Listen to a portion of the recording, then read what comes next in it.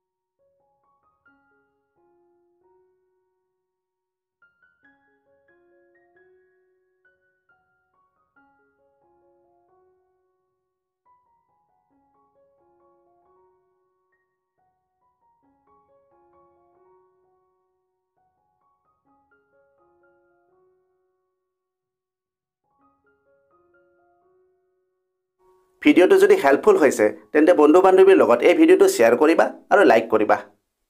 আজিলৈ ইমানতে এৰিলোঁ। অতি সোনকালে আন এটা আকৰ্ষণীয় বিষয়ৰ সৈতে পুনৰ লগ পাম। ধন্যবাদ।